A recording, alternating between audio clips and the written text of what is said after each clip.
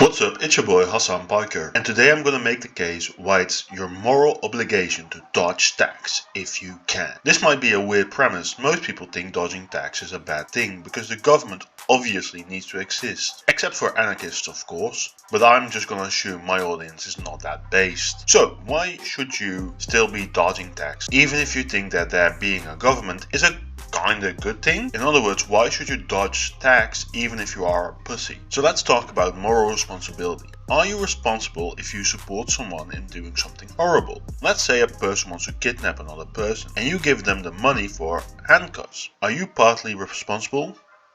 Yeah, of course you are. In legal terms, you would be an accessory to a crime. Most people, even the base ones, would agree that if you help someone pay for handcuffs, knowing he's gonna kidnap someone, or even knowing he's probably gonna use it for something bad, you are partly responsible for the bad thing that is gonna happen. Now, if the bad person forces you to pay for the handcuffs, it's obviously different. But if he forces you to pay and you can dodge paying him by giving him monopoly money, for instance, and you decide to still pay for the handcuffs, you are absolutely partly responsible. Now here's my argument. The bad person is the government. Oh yeah, I don't know if you know this, but the government does bad things. And I know there are a bunch of gay little Europeans saying, yeah, but my government doesn't do that. To which I say,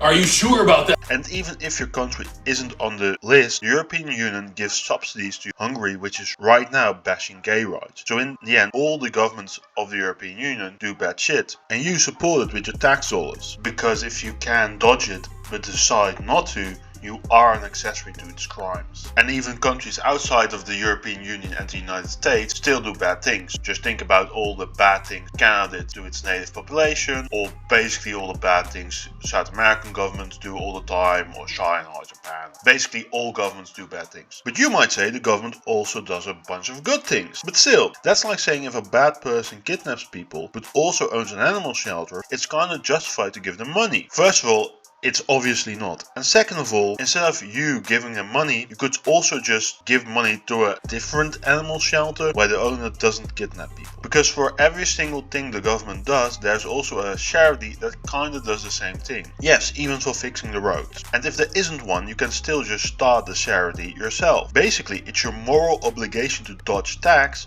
so that you don't support all the awful stuff the government does. See that as a form of protest. Yeah, I'm serious. It's basically just reverse lobbying. I actually think this might work. It works for billion-dollar companies. Why wouldn't it work for the everyman? I mean, you might at least try it. What else are you gonna do to change the system? Vote? So, this was your boy Hasan Piker. See you later.